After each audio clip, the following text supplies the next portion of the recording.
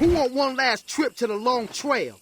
Welcome back to the channel, everyone. Today we have a lot of things to talk about and I'm just going to dive right in. If you're new to the channel, subscribe, like, but let's get going. First thing I want to talk about the GoFundMe that I shouted out in my previous video where we helped out Kyle with his situation. His house burnt down not too long ago and there was a fundraiser set up, a GoFundMe set up to try to get him some money, and I'm happy to say that a lot of you guys donated and helped out and he was successfully able to get a new PC, and he's been streaming on that, he's been content creating on that, and things are starting to look up for him. So thank you to everyone who contributed to that.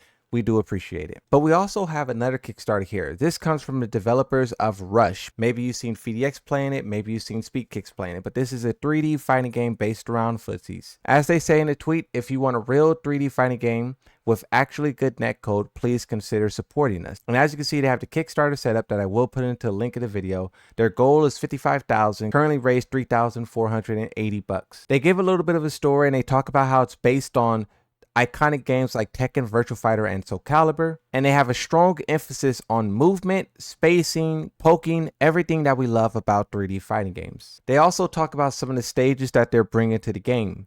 The test version that they did a little while ago was very basic, but this time around they're going to step it up. When you talk about stepping it up, that's the same thing that they're doing with their characters, where they have two of them now. These characters were friends back in the day. They separated, but now they came back together to test out their skills. They specialize in still hand fighting style, and we even have to look at the early concepts for these characters, giving me a little bit of a Jin Kazama vibe. Moving on though and talking about Tekken, the first thing that you must acknowledge is what they did with Roger. His teaser trailer sent the internet into a frenzy because of how amazing it was. And for those of you who don't know, it's based on this news clip right here. Has been rescued from this particular that poor kangaroo. Dog. Look at him. And oh, no, put him up. Here we go. Oh! So that clip went super viral probably about a decade ago, and it created some controversy back then. Tekken was kind of floating around the idea of why Roger can't show up in Tekken. We'll talk about that in just a second. But as you can see here, this is what they did at EVO. What? No, sugar.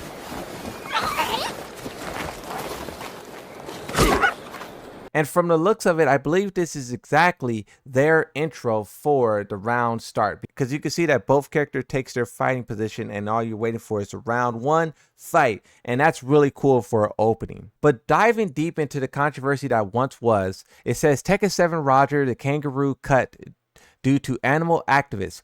Kuma and the bear are still in because they're stronger than a human being. You guys remember this story and how it went around 1,000 times around the internet. This was very devastating because a lot of people thought that Roger could never show up again.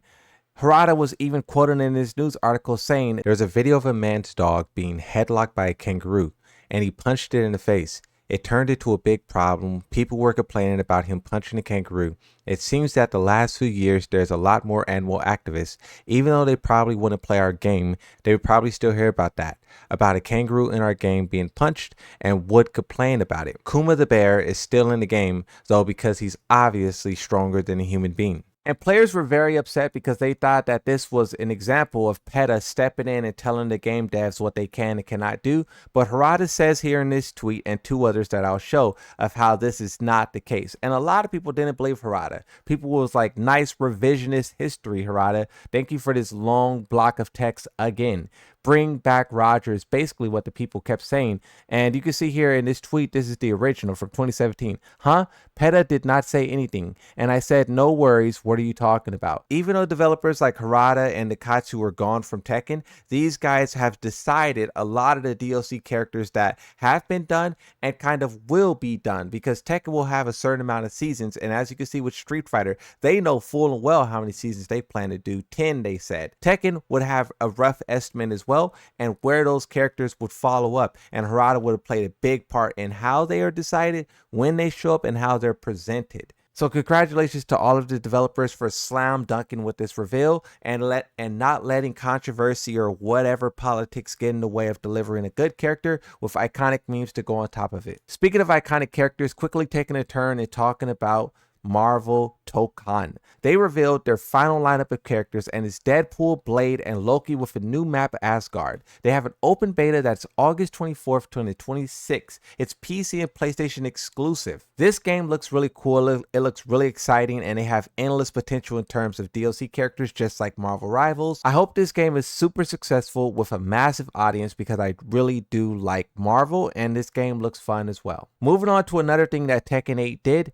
they revealed a new cartoon. A lot of Tekken players were very upset by this. They felt like it kind of betrayed this art style that Tekken is known for, the aura that Tekken is known for. They want gritty, they want real, they want anime, they want something that screams like adult, gritty. But the Tekken developers, they're not delivering with this trailer. Me personally, I like it. I understand that they did multiple different genres and mediums at this point. They did 2 live action, they did a CGI, they did an anime, and now they're trying their hands with a cartoon. And by the way, that anime was heavily ridiculed for having bad pacing, bad shadows, and people just generally did not like it. So it would make sense that instead of making a Bloodline Season 2, they try their hand at something that's more funny, more lighthearted, and also revolves around Tekken 8. If you look at the way that the characters are designed, and this is based off of those designs. As of yet, we do not know anything about this. No release date, no episodes, no length, no whether or not it will be on YouTube,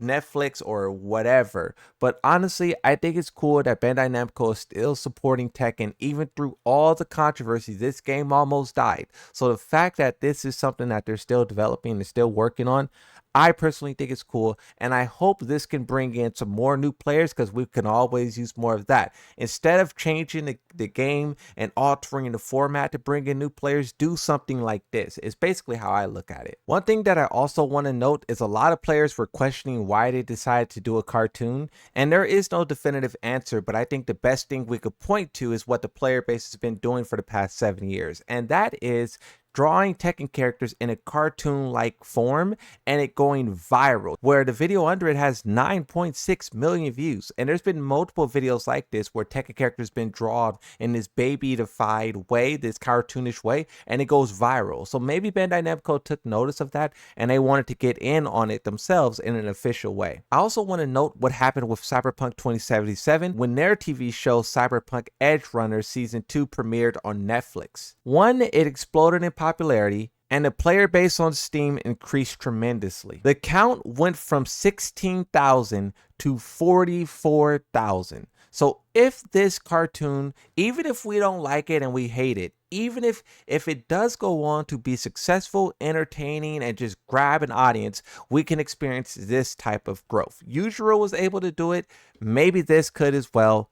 Only time will tell. Lastly, on the topic of the Tekken cartoon, Nakatsu, who is no longer working with Tekken by the way, responded to this tweet and says, "This is cute, exciting." So you can see that even though he's no longer working with Tekken, he is still very supportive of the brand. Lastly, on the competition side, we had an incredible EVO Top 8. And Ninja Killer and a lot of the other American players put on an incredible show. Of course, the Koreans and the Pakistanis showed up in force and performed as well. But the winner, the 8-time EVO champion, R.U.S.H, takes it home. He runs through the whole entire bracket with Kunimitsu and makes it look very easy. But then also, he switches to Nina in the final moments because he was counterpicking the Fahkumram. Kunimitsu has a bad matchup against Fahkumram because Fahkumram has long reach, Kunimitsu has short reach. So that's not a matchup you want to fight. So he picks Nina in that final moment and he gets the job done. Congratulations to him.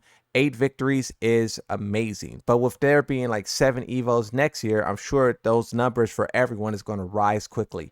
Currently, at the time of recording, Justin Wong is the all-time record holder with 9 victories. So by the end of this year, Arslan could tie it, and then next year he could take the lead if he performs well. Speaking of performing well, we have EWC coming up in August. That has a total prize pool of $1 million, and it will be 32 players competing total. As it currently stands, John Ding, Ninja Killer, Quasimir, and Mil Il have all qualified for Esports World Cup 2026, leaving only 4 spots remaining to be claimed in the EWC 26 LCQ. The already qualified players include back-to-back champion Osan, who's by far one of the most paid Tekken players at this point because he's won 250,000 twice. But then alongside that, you have the top performers of Season 3 so far. Lohai, Arslan, Akiri, Ni, Atif, Farzin, Yagami, Mogo, Keisuke, Usamanabe, Breadman the John, Sin, Manja, Hasfiz Tavir, AK, CBM, Tekken Master, Mitsu, who will join them. Only time will tell. The LCQ will be jam-packed and will take place in August.